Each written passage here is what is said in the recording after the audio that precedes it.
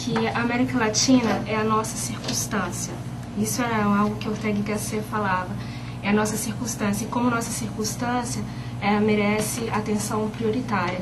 E essa é a posição brasileira. Uma América Latina pacífica é uma América Latina que favorece os investimentos internacionais, favorece a posição política do Brasil especificamente, porque é uma plataforma de inserção internacional em um mundo que é bastante competitivo, né? Então é muito importante para o Brasil que as relações entre os países ocorram de uma forma bastante pacífica.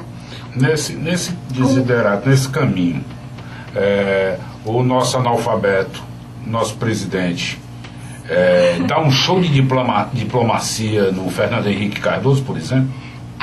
Eu acredito que a política externa do presidente Lula é bastante acertada, muito inteligente.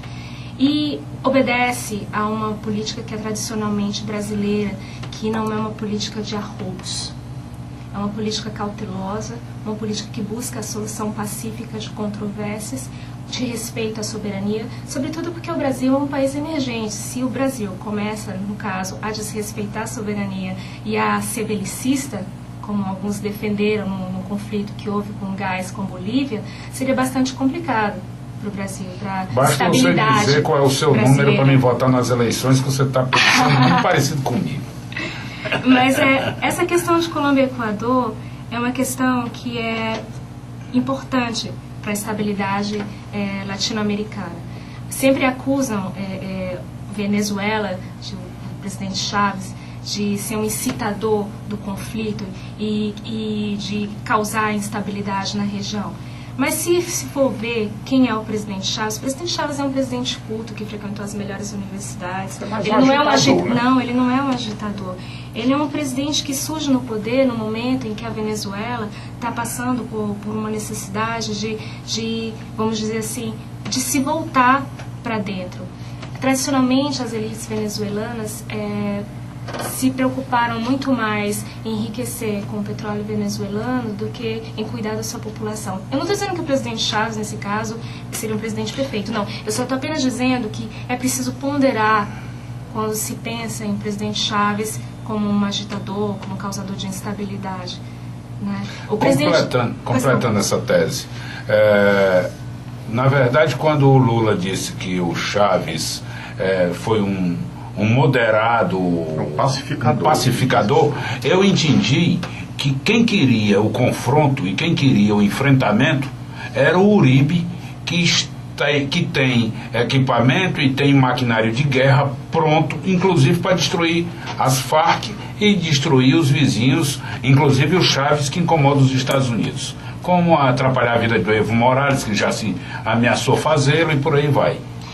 A Colômbia é um dos países que hoje em dia, na América Latina, possui uma relação mais próxima com os Estados Unidos. O presidente Bush, recentemente, solicitou ao Congresso norte-americano que um tratado de livre comércio fosse acelerado com a Colômbia, né? No caso, para que houvesse um favorecimento ao governo colombiano. O Plano Colômbia foi, durante muito tempo, financiado pelos Estados Unidos.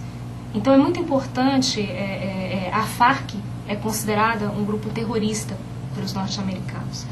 Então, no caso, a Colômbia seria, vamos dizer, esse aliado, um dos aliados preferenciais dos Estados Unidos na região. Agora, o Brasil é visto como um bombeiro, um apagador de crises. Existe, sim, essa política de, vamos dizer, de hostilidade entre o presidente Chávez e o presidente Bush. O presidente Chávez formou a ALBA, que seria uma associação latino de alguns países, como Equador, Cuba e Bolívia, dentro de um grupo em oposição ao que seria a ALCA, que seria uma consolidação de uma área de livre comércio sob a influência dos Estados Unidos. Isso já deixou, eu acredito, o governo do presidente Bush bastante recalcitrante em relação ao presidente Chávez, né, por causa de toda a política tradicional que os Estados Unidos desenvolveram em relação à região, que muitos consideraram como um quintal norte-americano, a América Latina, eu digo. E está ajudando, inclusive, na questão do bloqueio comercial contra a Havana, porque depois que deixou de existir a União Soviética, tem poucos parceiros comerciais, Cuba. O Brasil é um parceiro comercial importante. É um bom parceiro comercial. Sim, o Brasil, no caso, na década de 60, 1962, numa conferência que houve no âmbito da OEA, o Brasil se absteve de uma votação pela expulsão de Cuba da Organização dos Estados Americanos. E apesar de toda uma política norte-americana para que o Brasil votasse com os Estados Unidos e pela expulsão de Cuba da OEA, o Brasil foi contrário. E a Argentina também não votou favoravelmente. E o Brasil sempre adotou essa posição de incluir Cuba no contexto americano. Era importante, sempre foi importante para o Brasil que Cuba não fosse excluída. Nessa época, o Jânio recebeu o Guevara aqui no Brasil. Sim, houve a condecoração de Che Guevara, de fato. Além de você dizer que o Brasil, o posicionamento dele é como se fosse um pacificador, mas retornando essas questões do ano passado em relação ao gás boliviano. Sim. Quer dizer, chega o presidente Evo Morales, da Bolívia, expropria a Petrobras, não cumpre os contratos. Chega o presidente Chaves, diz que o Senado da República é um papagaio de pirata e você não tem nenhuma reação. Você não acha que nós expressa o brasileiro... Um Senado tão ruim como o nosso, eu sei que é um estrangeiro dizendo isso, mas um Senado ruim como o nosso... Mas o povo brasileiro reclama muito, na época desses incidentes, uma resposta a uma nossa soberania, e nós ficamos silentes. Quer dizer, nós não se manifestamos nada, nós nos curvamos à expropriação da Petrobras, eles pagaram o preço que eles quiseram, a questão do fornecimento do gás também fica ao critério deles. Você não acha que nós deveríamos, se tivéssemos alguma posição mais enérgicas, nós não poderíamos melhor barganhar os nossos interesses? A área latino-americana é uma área de expansão do capitalismo brasileiro. É uma área em que há investimentos elevados do Brasil. Várias empresas brasileiras atuam, não apenas a Petrobras, mas Mendes Júnior, entre outras. Não apenas também na Bolívia, como em todos os países da região. Então, existem interesses concretos do Brasil nesses países. E uma tradicional visão, vamos dizer, dentro dos países latino-americanos, de que o Brasil teria interesses imperialistas, no Paraguai, interesses imperialistas na Bolívia. Essa percepção não pode ser ignorada. E o Brasil atua tradicionalmente tentando mitigar essas percepções. O Brasil não é um país imperialista. E o Brasil não se porta... Ou pelo menos não se porta como tal. E o Brasil não se porta como um país imperialista que segue arroubos juvenis. O Brasil, como eu disse no início, é um país que se pauta pela solução pacífica de controvérsias, pelo respeito à integridade territorial de outros países por decisões soberanas. O presidente Morales tinha o direito de nacionalizar o gás e o petróleo boliviano.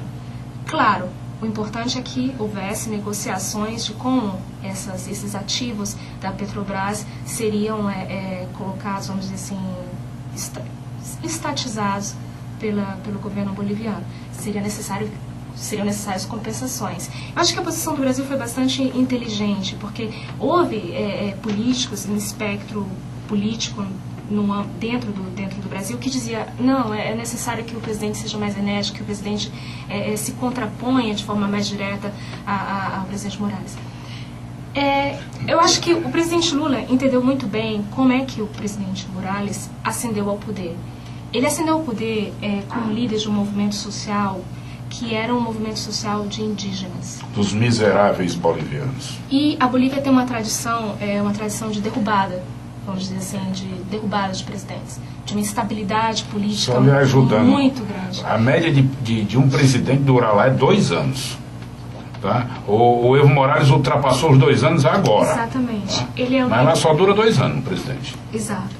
Então, no caso, o presidente Morales representa esse segmento social na Bolívia, que é um segmento social amplo, não é minoritário, e que foi tradicionalmente excluído dos direitos, porque, no caso, os indígenas não eram cidadãos de segunda classe, eram os imigrantes europeus, não eram donos de sua própria terra.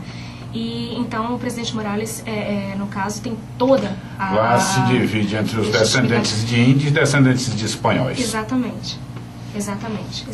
E o Brasil, o governo brasileiro, acredito que foi bastante inteligente em agir com cautela e perceber a importância de manter uma estabilidade política na Bolívia, sobretudo quando há uma tendência de alguns departamentos de contestarem o poder central e de partirem para uma solução de decretação de autonomia unilateral, como o departamento de Santa Cruz.